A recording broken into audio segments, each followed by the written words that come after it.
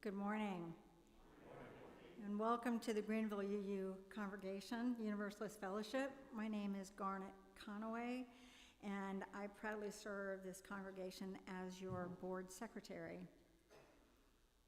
Whether you have been with us on Sundays for a long time or you're visiting with us for the first time today, we welcome you to our service. This congregation is a theologically diverse religious community with participation open to all who agree to live into our principles, mission, and values. We are a welcoming congregation to people of all sexual orientations and gender identities, races, ethnicities, and abilities, and we unconditionally welcome you as your full, authentic self to our community of caring and commitment to grow as spiritual and moral beings. Our congregational mission is to strengthen our connections to one another and our planet by enlivening minds and spirits, building community through liberating love, and advocating fiercely for justice. It is a custom in this congregation to acknowledge newcomers and visitors, so if it's your first time here or one of your first times here, if you wouldn't mind raising your hand so we can acknowledge you, we'd appreciate that. Wow, we have quite a few. Good morning. And welcome. Thank you so much for being here. Here it is. Everyone is invited to join us in the fellowship hall for coffee after the service. New and newer folks are invited to grab a green mug, which you will find right inside the door to your right in the fellowship hall. So we can easily spot you and speak to you during our coffee hour, if that is your desire. You're also welcome to fill out a green card that should be in the pew in front of you so that we can keep in touch with you. Simply drop the card in the offering basket or put it in the box at the welcome area in the foyer. Please know that whatever your religious history, whatever your personal theology, all people of goodwill are welcome here. Your presence makes us better. Your presence makes us whole. Our service will now begin.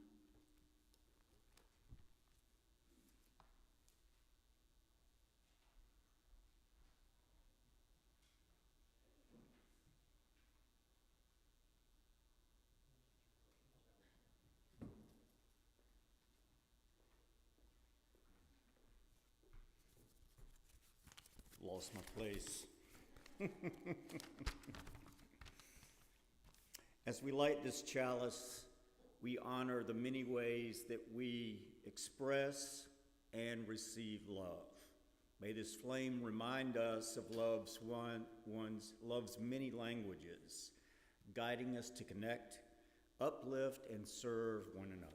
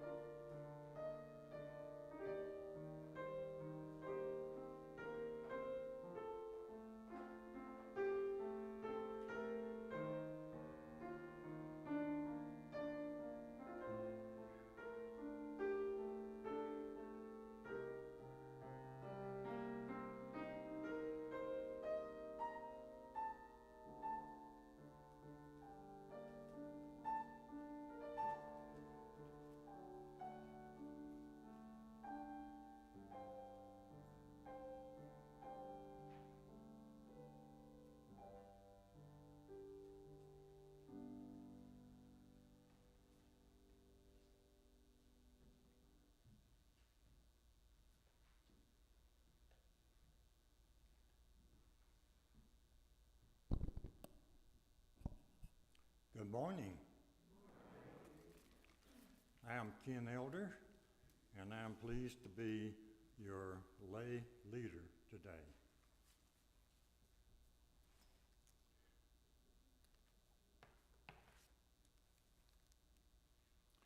This call to worship is by Shari Woodbury.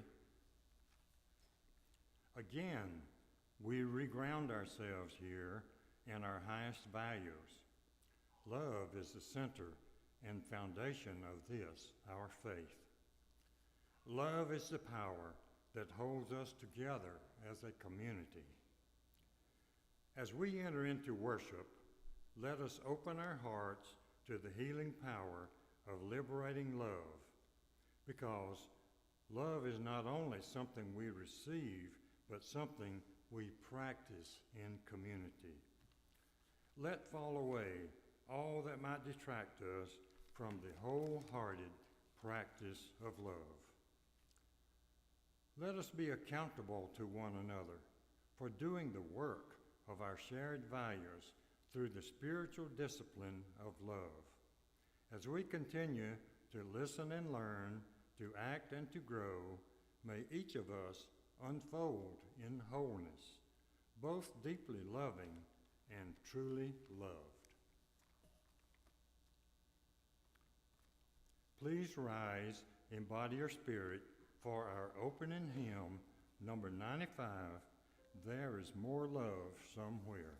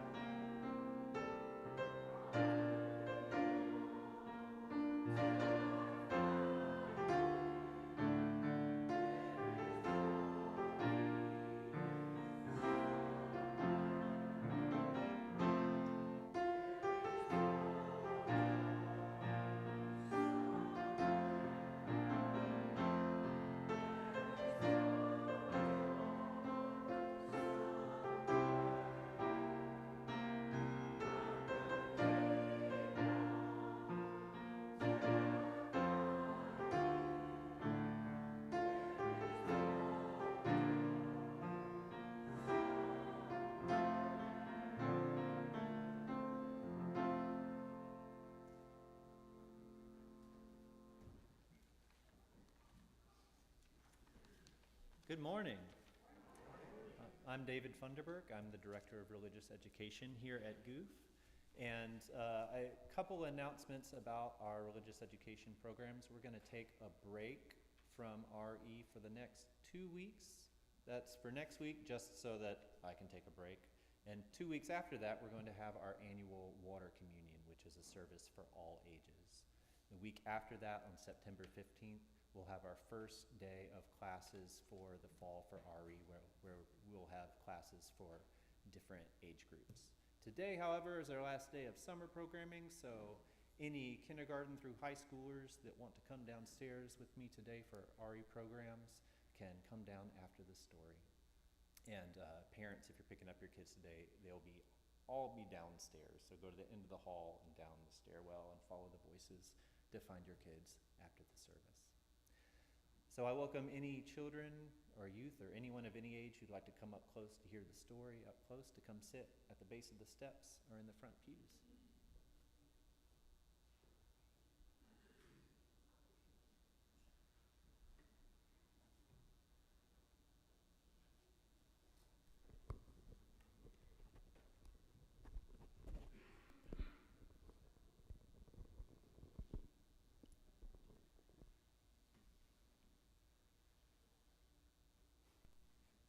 Come on up. There's space for you up here. So as you're coming up, I am going to wonder out loud about some things, and you can just think to yourself about what the answers to these wonderings might be. I wonder, what is your favorite way to show someone that you love them? Maybe it's a hug, maybe it's a gift, maybe it's saying kind words to them, maybe it's doing something nice for them. All of those different ways that we can share how we love people. We tend to have a favorite one that we like to give. Now, what's your favorite way? I wonder what's your favorite way to receive love from someone else is. And are those two things different? For some people, they're different. And now here's a real interesting question. I wonder, when you show love to someone else, do you do it in the way that you prefer, the way that you like to show love, or do you try to find the way that they like to receive love? I'm just going to sit with those questions, because today, sometimes I like to pick a story that has a big solid message, has a good moral to the story, and sometimes I like to pick one that has a question and doesn't answer it, so that we can just sit with the question. So that's what we have today. Our book today is called What is Love? By Mac Barnett, illustrated by Carson Ellis.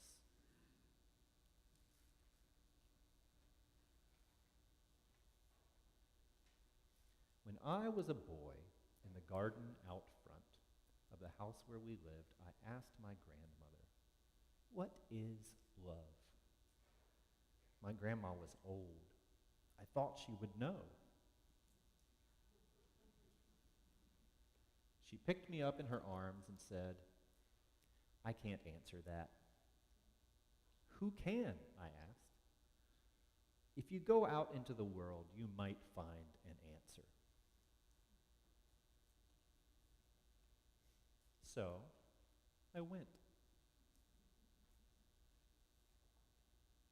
I asked the fisherman, "What is love?" The fisherman smiled. "Love is a fish." "A fish?" I said. "It glimmers and splashes just out of reach, and the day that you catch it, if you know what you're doing, you give it a kiss and throw it back in the sea." "But I don't like fish," I said. "They're slimy and taste bad, and they have creepy eyes." The fisherman sighed. "You do not understand."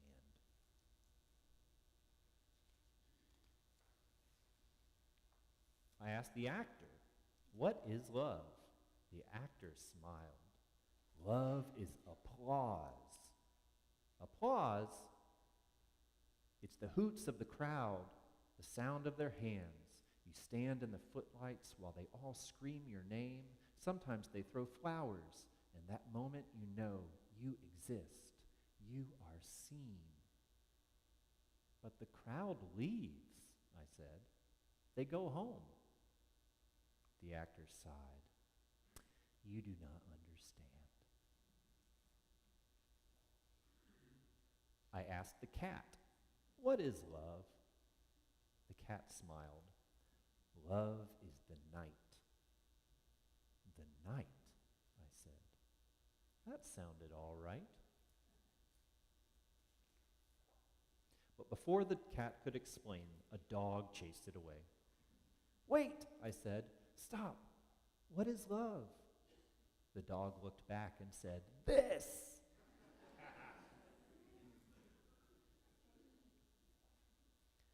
I asked the carpenter, "What is love?" The carpenter smiled. "Love is a house." house. You hammer and saw and arrange all the planks. It wobbles and creaks, and you alter your plans. But in the end, the thing stands, and you live in it.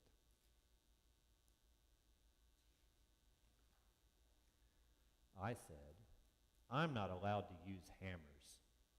Once I busted my thumb. I don't mean a real hammer. I'm not talking about thumbs. I got busted real bad.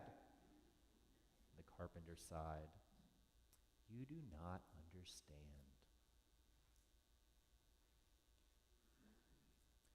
The farmer told me love is a seed. This soldier told me love is a blade. That soldier told me love is a horse.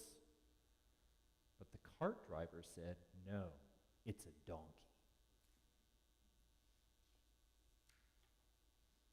A sports car, a donut, a lizard, a ring, the first snow of winter, a maple in summer, a grizzly bear, this pebble right here. These are all things people told me love is.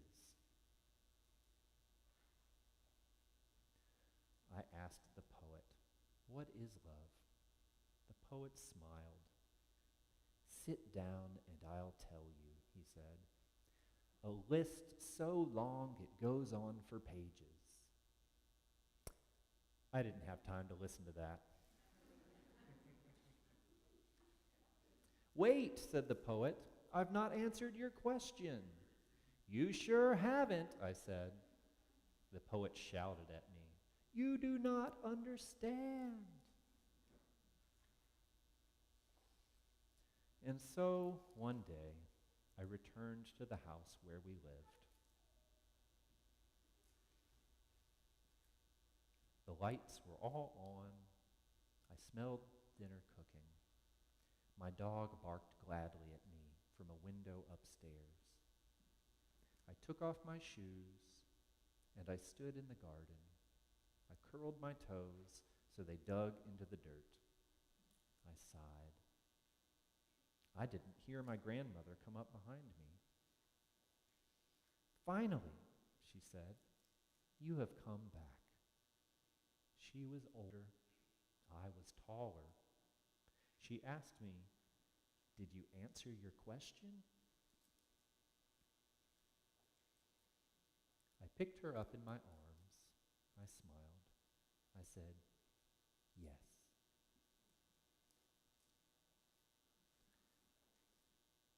Now I wonder what the answer to his question was. I wonder what you think it is.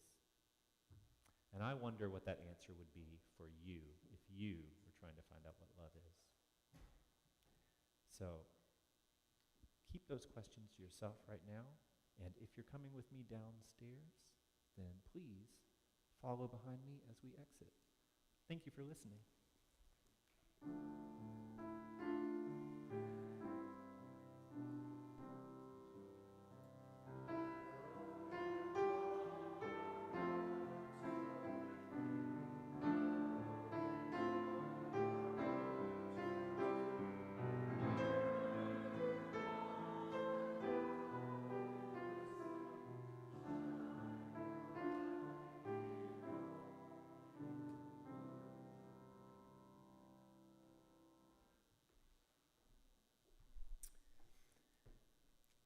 As we come together in community, let us remember that our generosity fuels a shared mission. Each gift, whether of time, talent, or treasure, helps sustain and grow the love, justice, and compassion we seek to bring into the world. Let us give with open hearts, knowing that our offerings make a meaningful difference.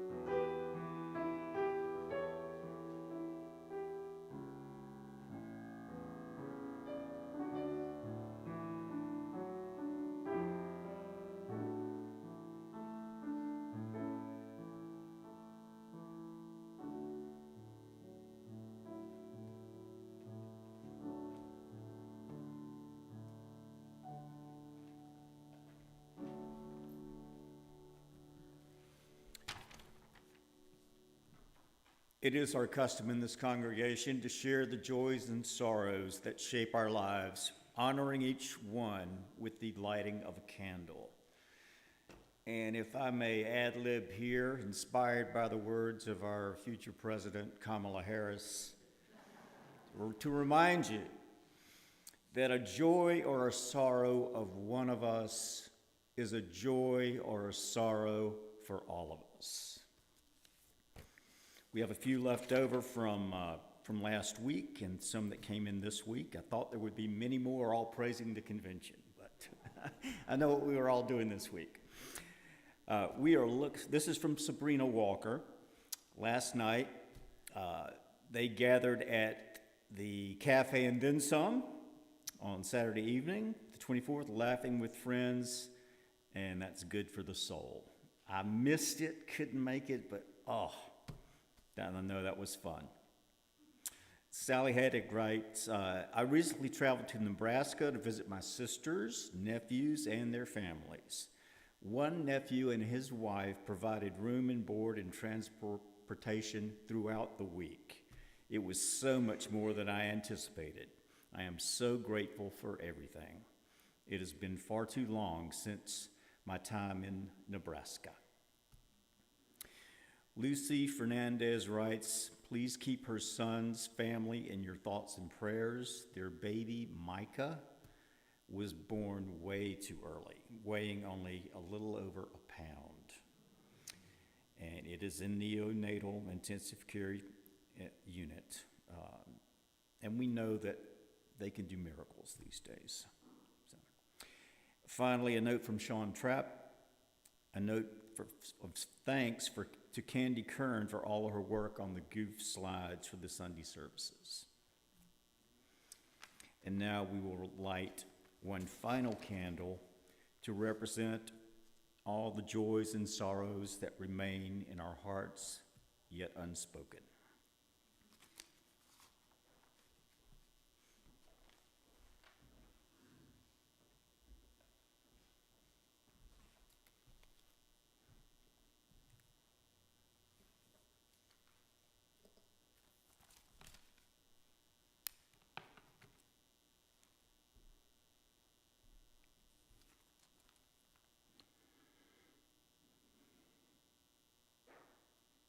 In the stillness of silence, let us become receptive to the meditation.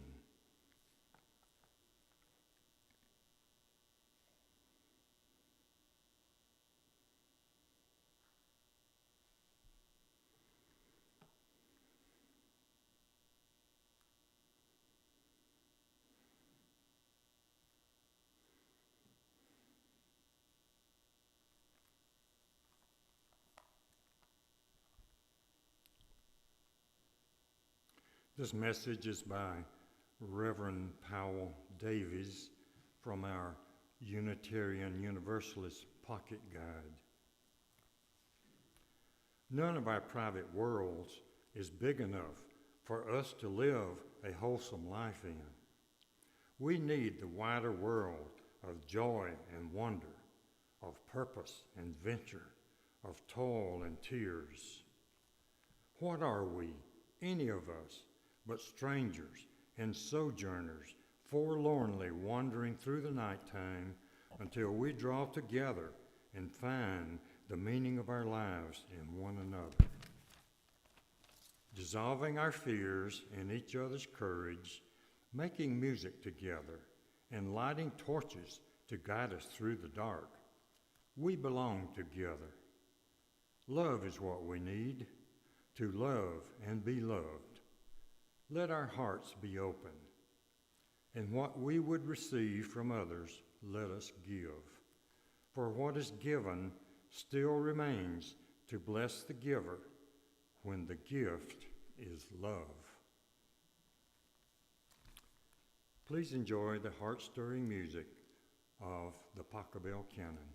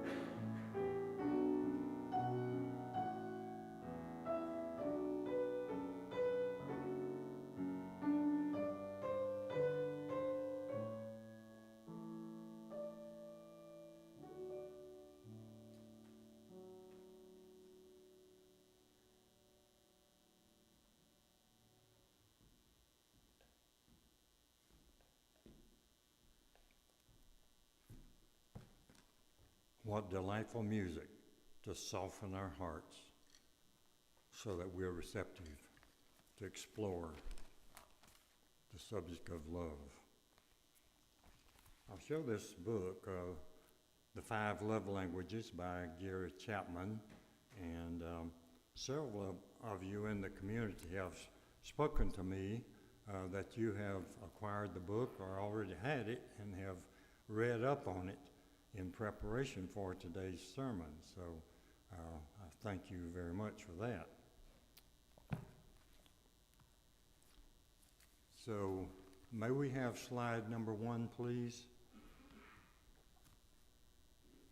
Okay, so as you can see there, this is not about the 5 love languages, but that's coming up. So right now, I thought it would be very instructive for us to examine the 5 Greek styles of love. You know, back in the classical Greek period, back in the days of the Parthenon, Mount Olympus and all that, the Greeks were very active in exploring this subject of love. So even some of their gods, Pallas Athena, for example, Zeus, of course, he was the kingpin of the whole thing. So the first Greek language I would like for us to examine is the one called agape, and I'm going to list some of the characteristics of agape.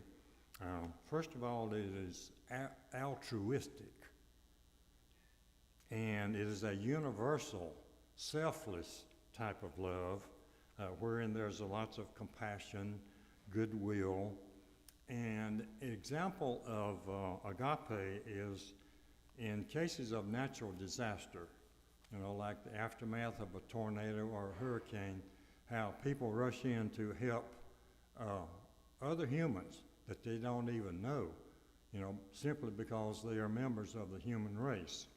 And so that's the characteristic of agape. The second Greek language is philia, and this is often called brotherly love.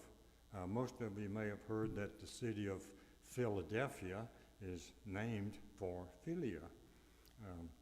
And so this implies friendship, mutual respect, camaraderie, and is a dependable type of love. Speaking of camaraderie,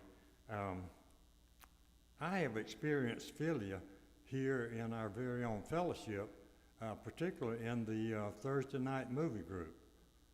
And so we have a core group that comes to the movies, and one of my friends has said, it's not so much about the movie, we just enjoy the fellowship of getting together. So, but, you know, a good movie is nice too. And so the third Greek style of love is eros. Eros. And I'm sure you can think of several derivatives of that following from the title, eros. Erotic comes to mind. So eros is a romantic, courtly love. Remember back in the days when troubadours were crooning, you know, like, I don't know if they were strumming a banjo or a guitar or something, underneath the balcony of their potential lover. All right, so they're singing and hoping to entice their prospective lover. So that's the area of the troubadours.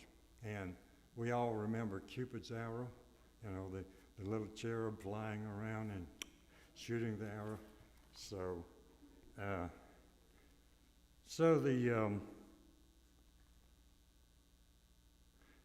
I guess I'd summarize about eros is to say that it is powerful, however it's fleeting. It turns out that eros is kind of like running the afterburners on a jet plane.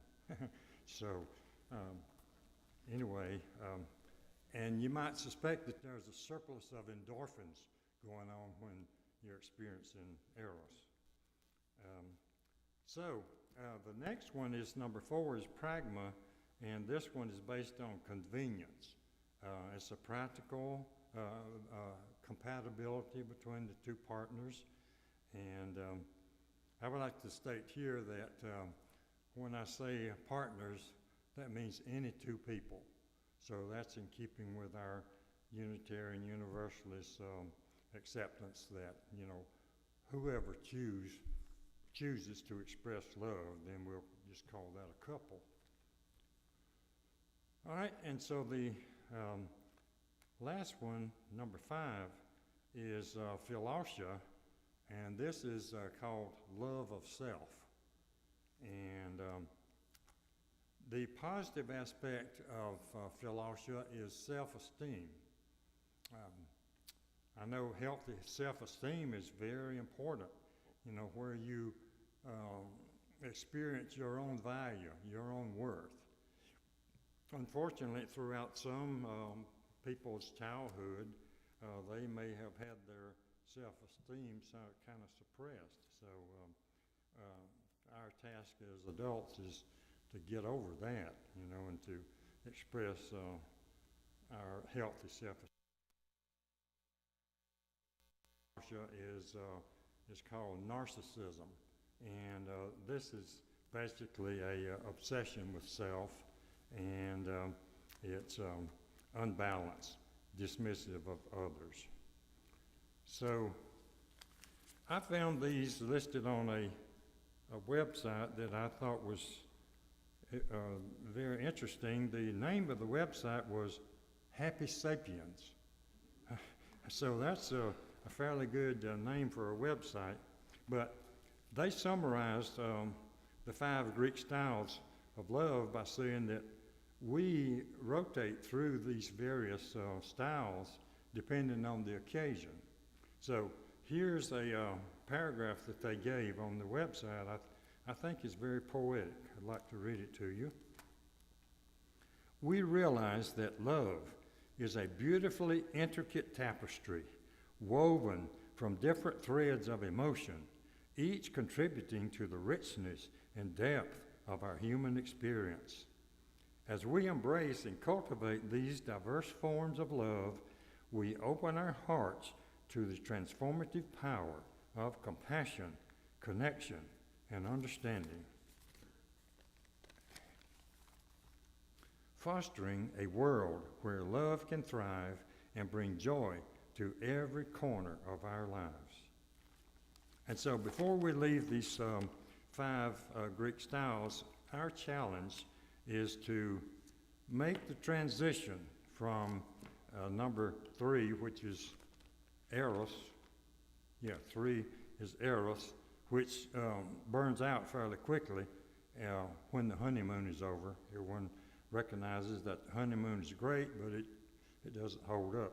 So we need to be able to transition over into pragma, which is a day-by-day expression of love. Now, I'll tell you frankly, I'm not ready to totally give up on eros.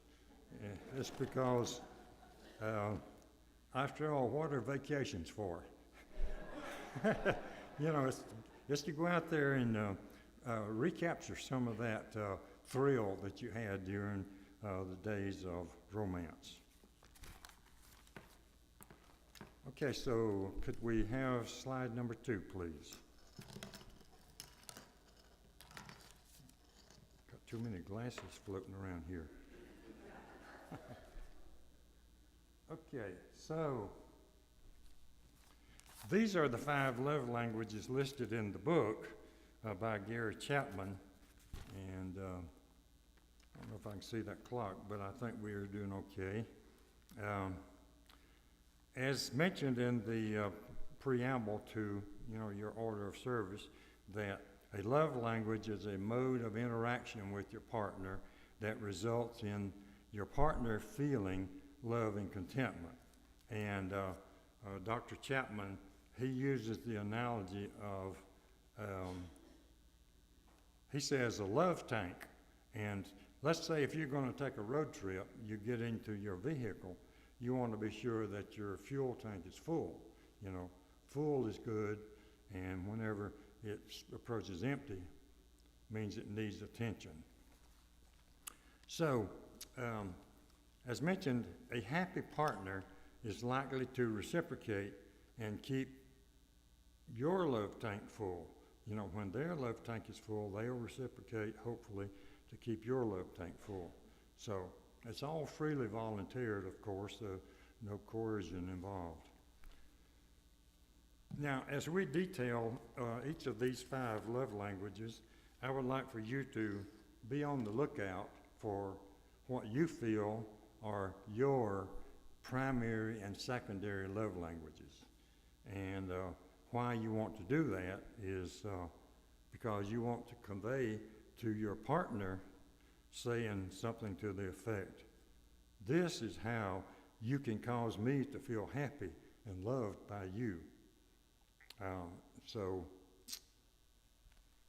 it's actually, Dr. Chapman refers to it as the most efficient use of your efforts in a relationship, is that when you are fulfilling your partner's desire for love by using their primary and perhaps even their secondary love language. All right, so to go into these, the first one we have is words of affirmation. Now, some of these I feel are fairly self-explanatory. Words of affirmation is where we give compliments to our partner. We give encouragement. Let's say your partner is undertaking a project and, you know, they might become a little bit discouraged. Well, it's up to you to, you know, encourage them to, all right, you can do it. So you want to recognize your partner's value for something that they do in the relationship for you. And, of course, you use kind words. So how's that saying goes? A soft word turneth away wrath, or something like that. Okay, the second one is quality time. So, let's see. Those are not listed in the order, but anyway, wherever you see quality time, that's the one I want to talk about right now. Quality time is where you do enjoyable activities together. You want to be fully with your partner, and that means focused attention. None of this multitasking where you're looking at your emails on your cell phone, you know, while you're pretending to be with your partner. That doesn't get it. So you want to make eye contact with your partner when they are speaking. And because you're building memories of special moments shared. Okay, in my order of progression, I have receiving gifts.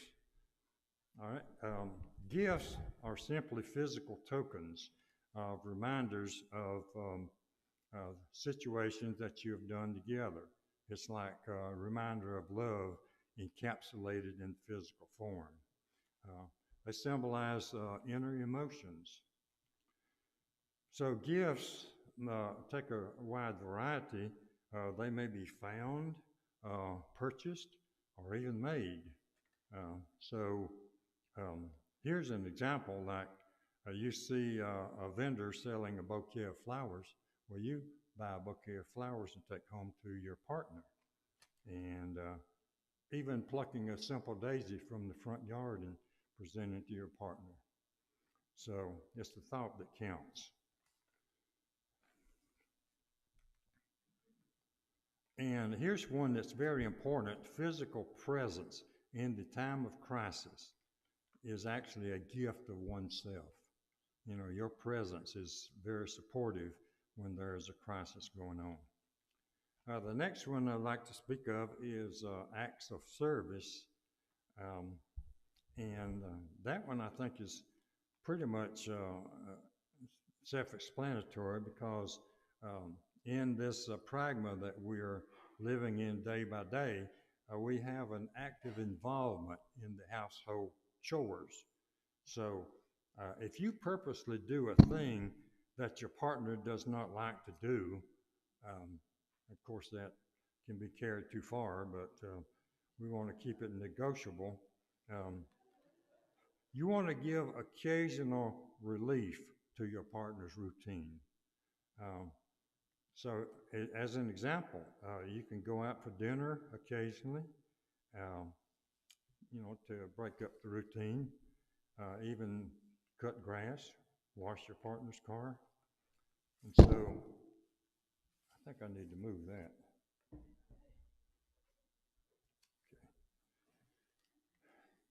The last one I'd like to discuss here is physical touch.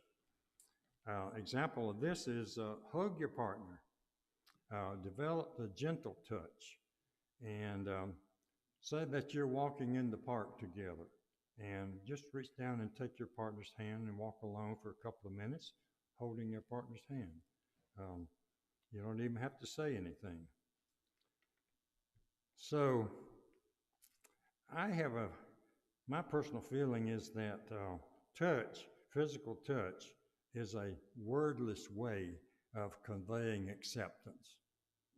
It's like if somebody walks by and they, like gently lay their hand on your shoulder, it just simply conveys acceptance.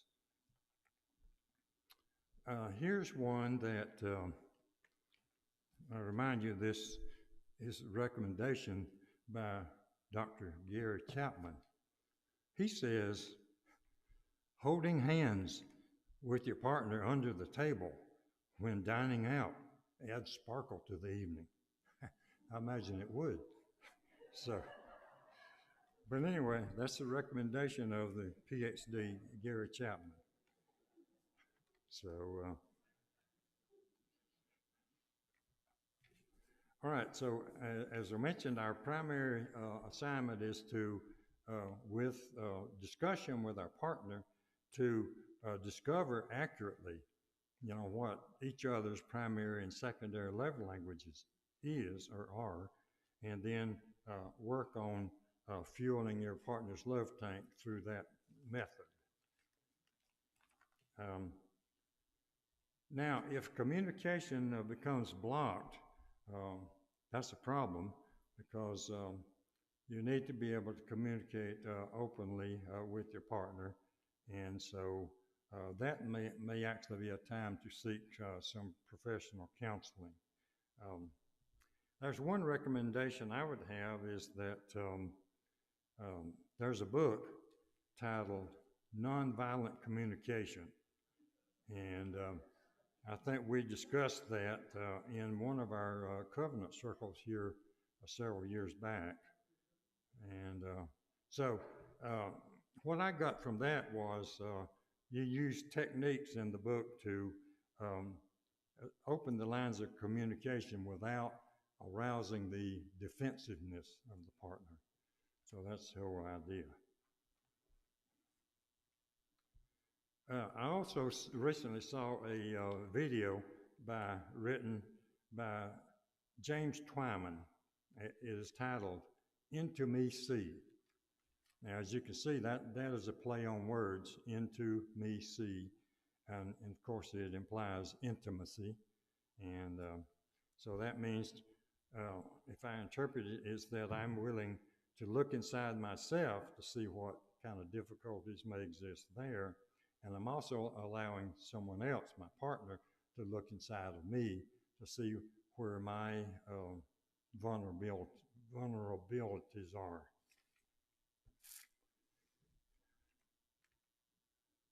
Okay, so let's see how we're doing on our time. Getting pretty close. All right, so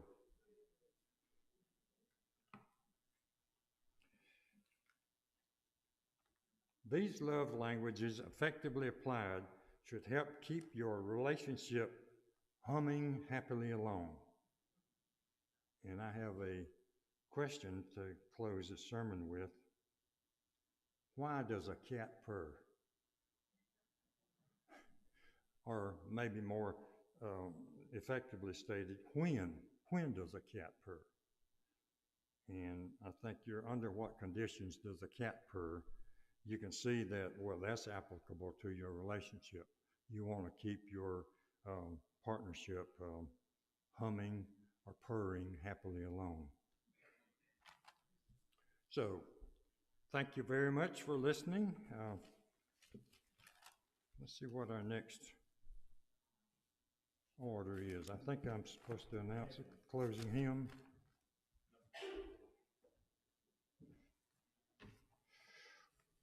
How about a big hand for Ken?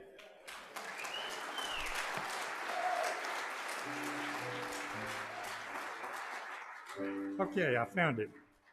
Please rise in body or spirit for our closing hymn, number 34, Though I May Speak with Bravest Fire.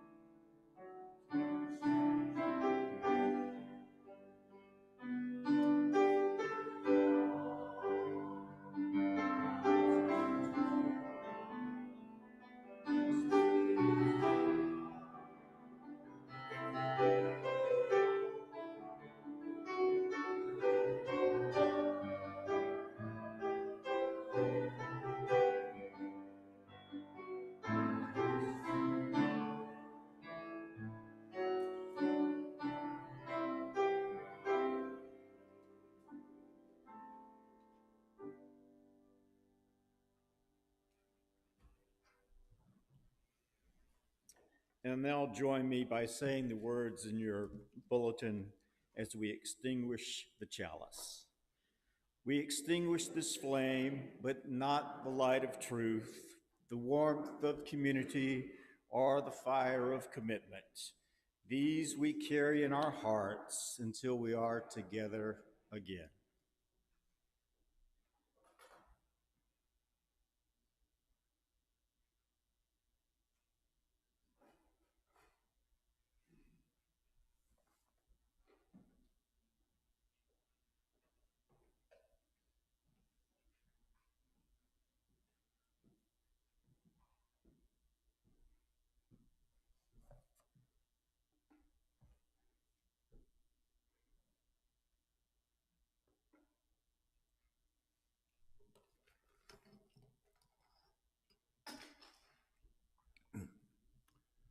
Ralph Waldo Emerson is known to have said, "Beauty is breaking in everywhere."